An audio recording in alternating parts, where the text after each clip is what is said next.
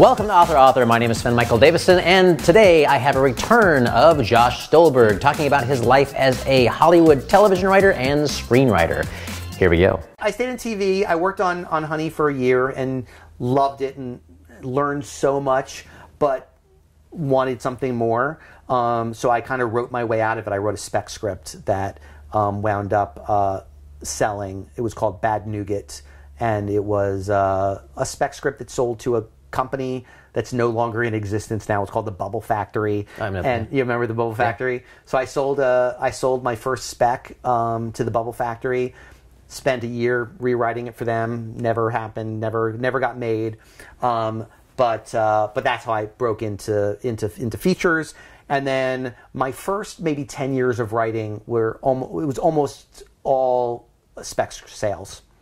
I got really lucky, and one of my managers hooked me up with a woman named Monica Johnson, who was an incredible writer, like one of the all-time greatest comedy writers. She was Albert Brooks's writing partner, so she co-wrote Lost in America and Mother, and I mean, just modern romance. She was incredible, and my manager was managing her. She and Albert had broken up, and she needed a new writer to work with, and I met her, and we wrote a script together and got really lucky, and it sold for a bunch of money, and that's how I kind of never had to work as a waiter again.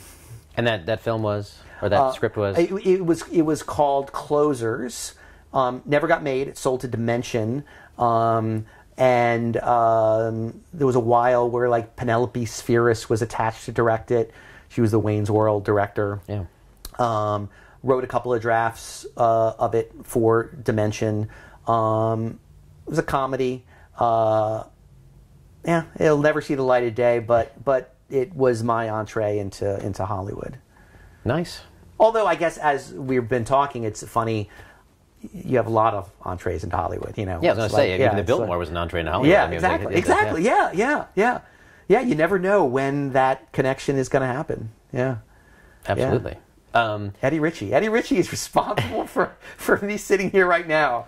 It's crazy. And what is he doing right now? I haven't spoken to him in a while. I mean, he was still writing. The last time I saw him. I hope he's still writing. I'm going to call him. I'm going to write him. Yeah. You know what? I'll send him a link to this. Hey, Eddie. Awesome. Hey, Eddie.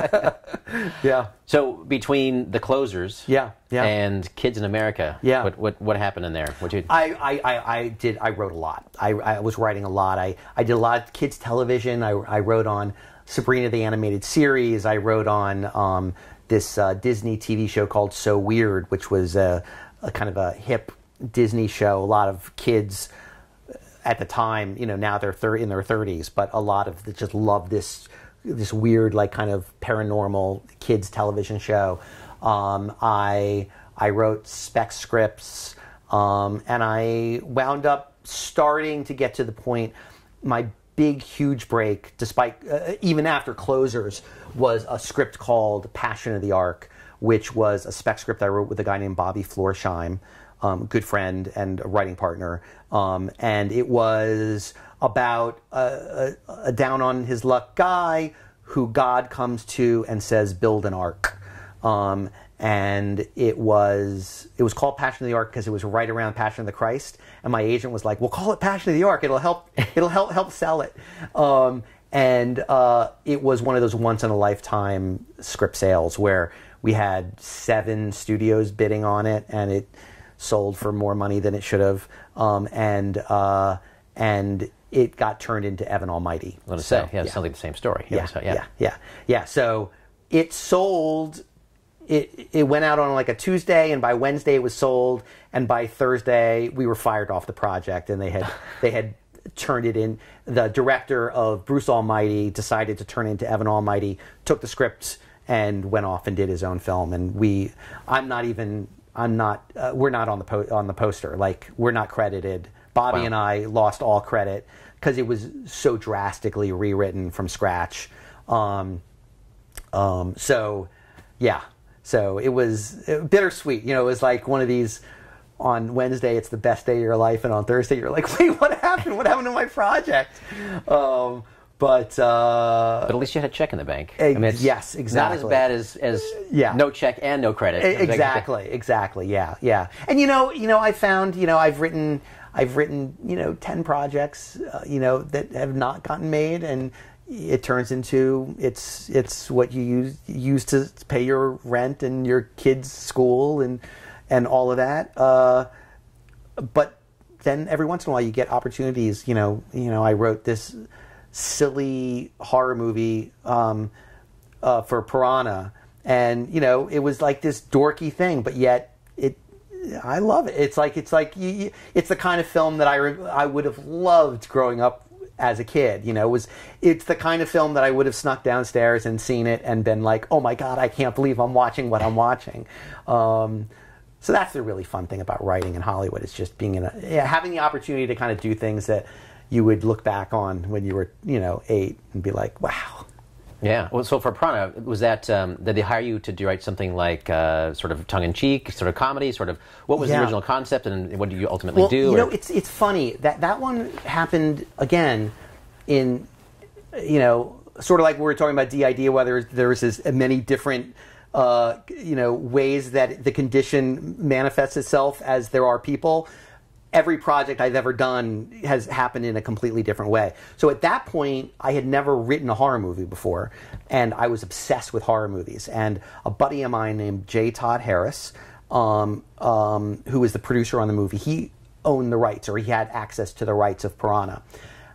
No one would have hired me to write Piranha because I was off to the side writing, Honey, I Shrunk the Kids.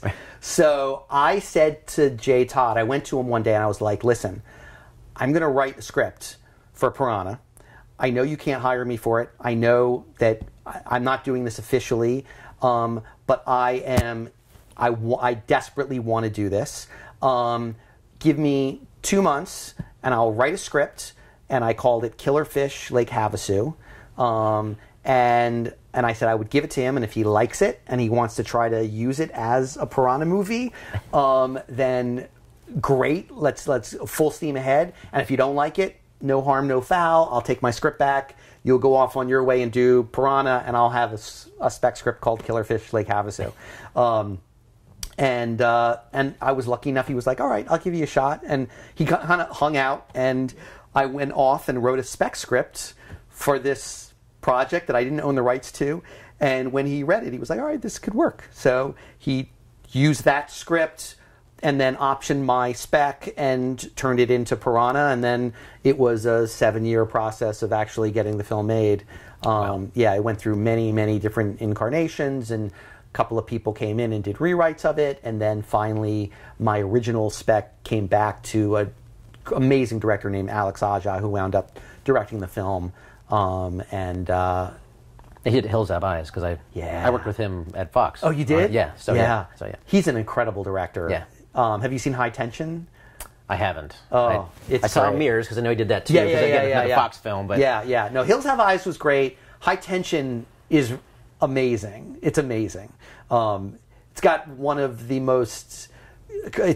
craziest endings in the world that some people absolutely hate with a passion, and some people are like, yeah, that's great. I was one of the that's great guys. So, it's fun when you find a director that really captures the essence of what you're trying to do, and that's what happened with Piranha. Very nice. Yeah. You show up on set and you're like, oh, nice. This is exactly what I was hoping for. Yeah, exactly. Rather than showing up on set and going, what movie am I in? Exactly. Yeah. Pete and I went out to the set of that, and they didn't really need us there because once the screenplay gets done, they're kind of like off doing their own thing. But they were nice enough to invite us out, and we went jet skiing on Lake Havasu and hung out on the set for a few days, and got a chance to meet Ving Rhames and Elizabeth Shue and Adam Scott. It was just. It was the geeky kids hanging out, and like, you can't believe you're there. And that's an aspect of screenwriting. I prefer directing, where you're actually leading the charge and have some more say in the matter. But as we said, it's an expensive thing to do, so you don't get as many opportunities. How would you put the percentage? It's there's talent involved. Obviously, there has to be some talent. Yeah. There's connections. Yeah. There's luck. Yeah. Is there any other factor, do you think? Or are those three factors? Would you weigh them equally? Or do you think one weighs more than the other? Look, if you don't have any talent, you're going to get the opportunities based on luck, and you're going to fall on your face, and you're not going to. It's going to be a short-lived career. I'm not naive enough to think that I'm worthless talent-wise. And over the years, I don't think you would work this long if you didn't have talent. No. But like I've found my voice over time. So I feel like when I am writing stuff that I feel in my sweet spot, in my wheelhouse, I feel like I'm good. But I would say the majority of the reason that I've had the opportunity to have 10 to 15 movies produced, I think, at this point. I mean, dozens and dozens of hours of television. It's almost all luck. It's almost all just being in the right place at the right time. I mean, honestly, it's which I'm hoping is inspirational for some people. I'm hoping that you see it can happen it can happen for anyone. It can. You've just got to put yourself out there, be willing to fail, look over the obstacles that people put in your way. Personality helps though too. Yeah. You've got one of those. No. Personality is definitely plays into it. You got to be a go-getter in this, not to be an author, I think, but to be in the film business 100%, and to be a writer in the film business. Because again, when you're an author of novels, you can sit in a dark room with your computer or typewriter or legal notepad, however you want to do it, and you can write the great American novel and then turn it in. For writing, you're seriously dealing with, and I'm not exaggerating, at least dozens of people before you're done working. And usually it's hundreds of people. You're dealing with 5 or 6 producers at the film company. You're dealing with, 6 or 7 or 8 film or studio executives. You're dealing with writing for the directors. You're meeting with the stars, and they're like, I don't like this line. I need this changed in this way. And it's about navigating those waters so that when you're done and finished, all of those people remember you kindly and want to look to you for the next job. I mean, that's, you can burn it all down and be the artist and then never work again. Yeah, exactly. So you got to be a master diplomat, is what you're saying. Yeah, and you have to know your place too. Like I remember there was one moment when we were making Piranha. We were there on set because we were invited and we were guests. Yes, I was the writer and I wrote the script with Pete and was incredibly proud of it.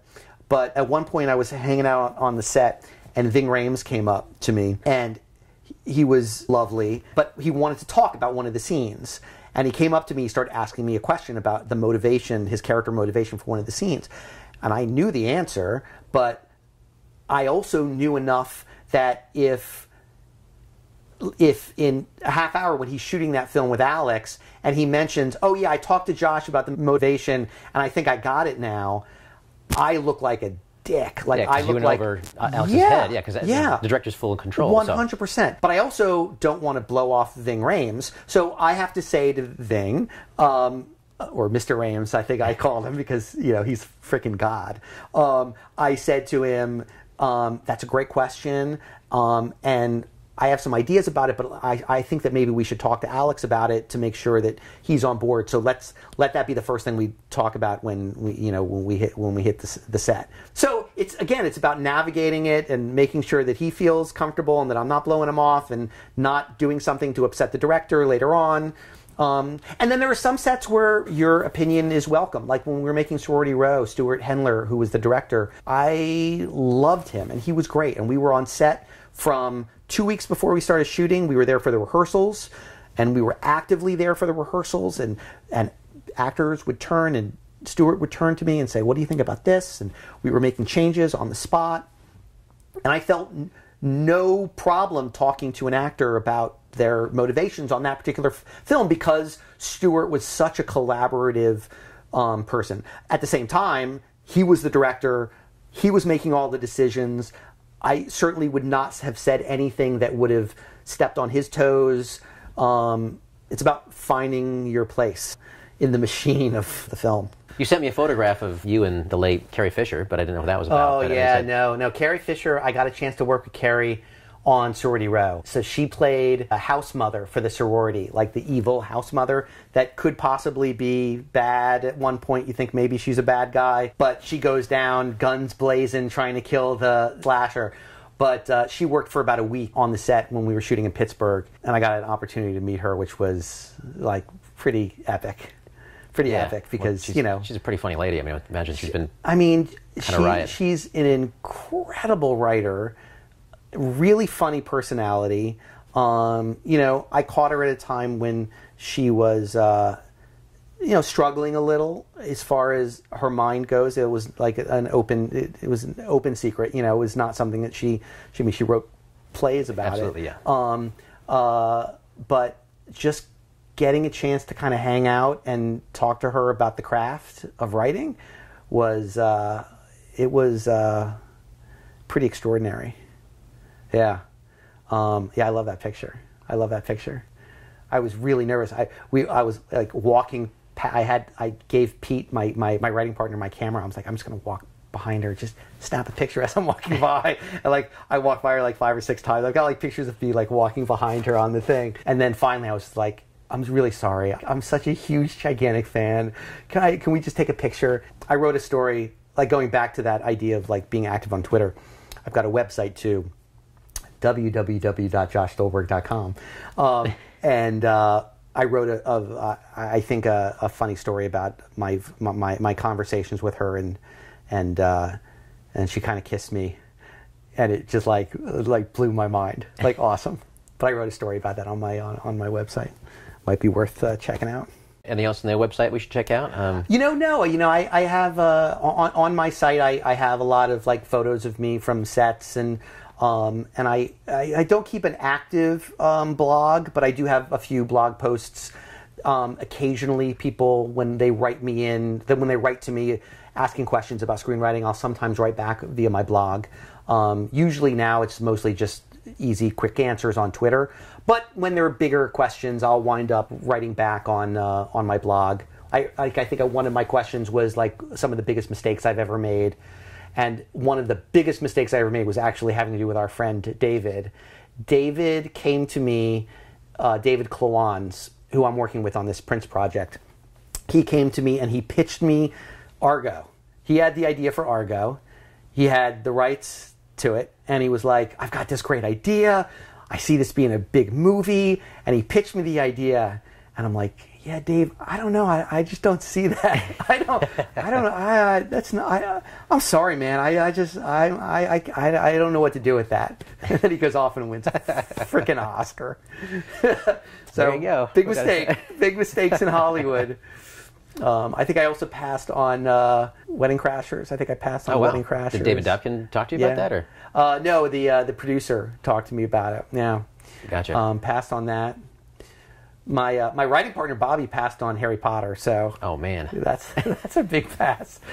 How would you say no to that though? Because it was already an established franchise. I mean, it was before the book hadn't come out yet, so he got sent a manuscript. So it was just like just a regular old manuscript, an MS as they say in the business. Yeah.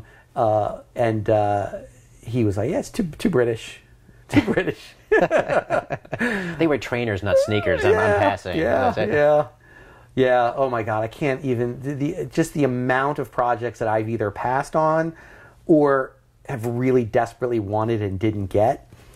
It's part of being a Hollywood writer. Writing habits? What are your writing habits? What do you? Writing habits. I work a lot because of I'm usually bopping back and forth between several projects.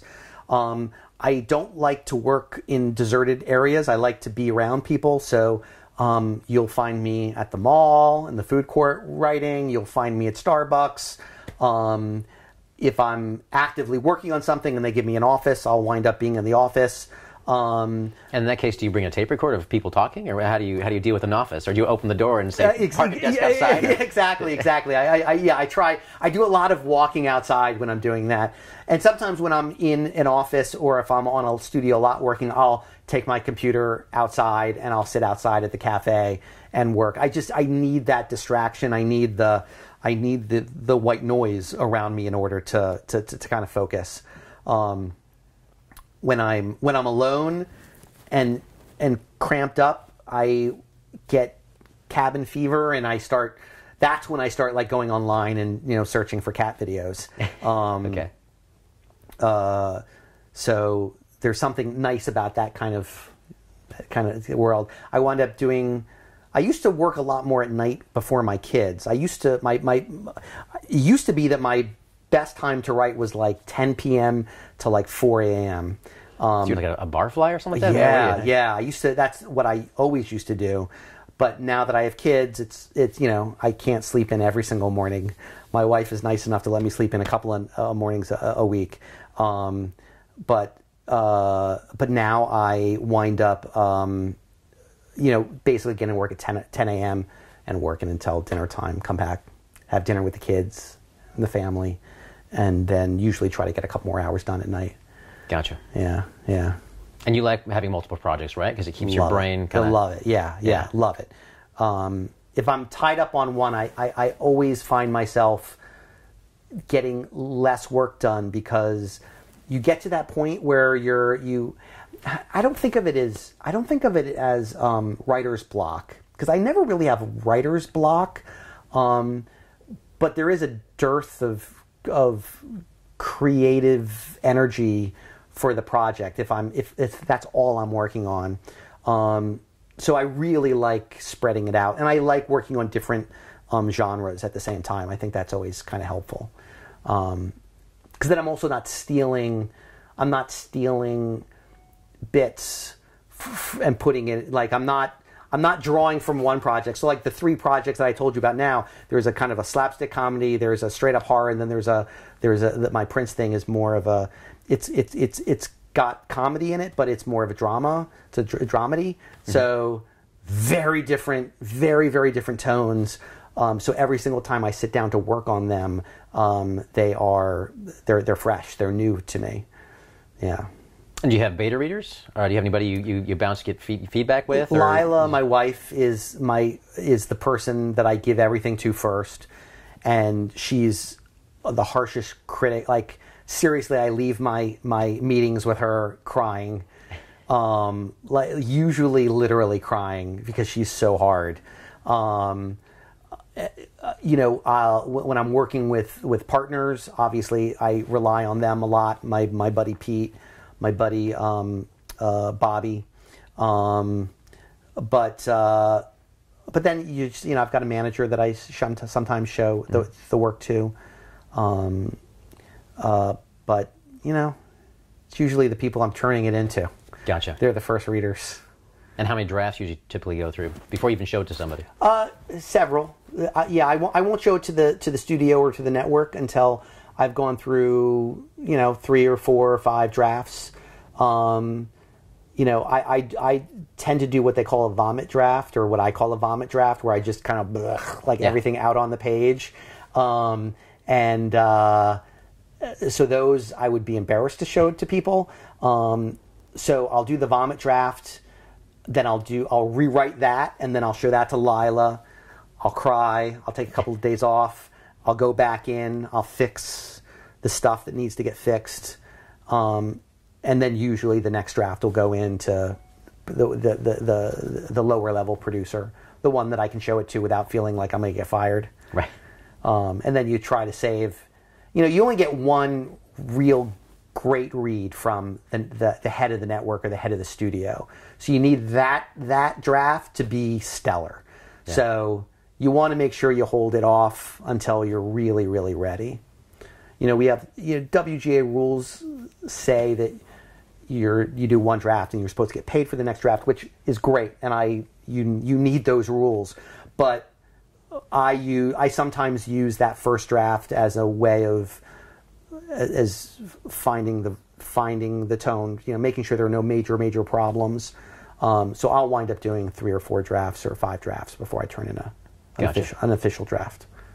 The book is a psychological thriller about a young resident in a psych ward, and she comes across a patient who they initially diagnose her with DID, which is dissociative identity disorder. She finds that this girl is displaying very unusual alternate personalities. Each one claims to have been a victim of a violent crime, and they all claim to have been killed. The book kind of goes down this rabbit hole of, is her patient just messing with her, and is the patient a little psychotic, and could the patient actually have been responsible for the murders themselves, or is she actually channeling the souls of these innocent victims? Please subscribe so my dad can make more videos like this. Thank you.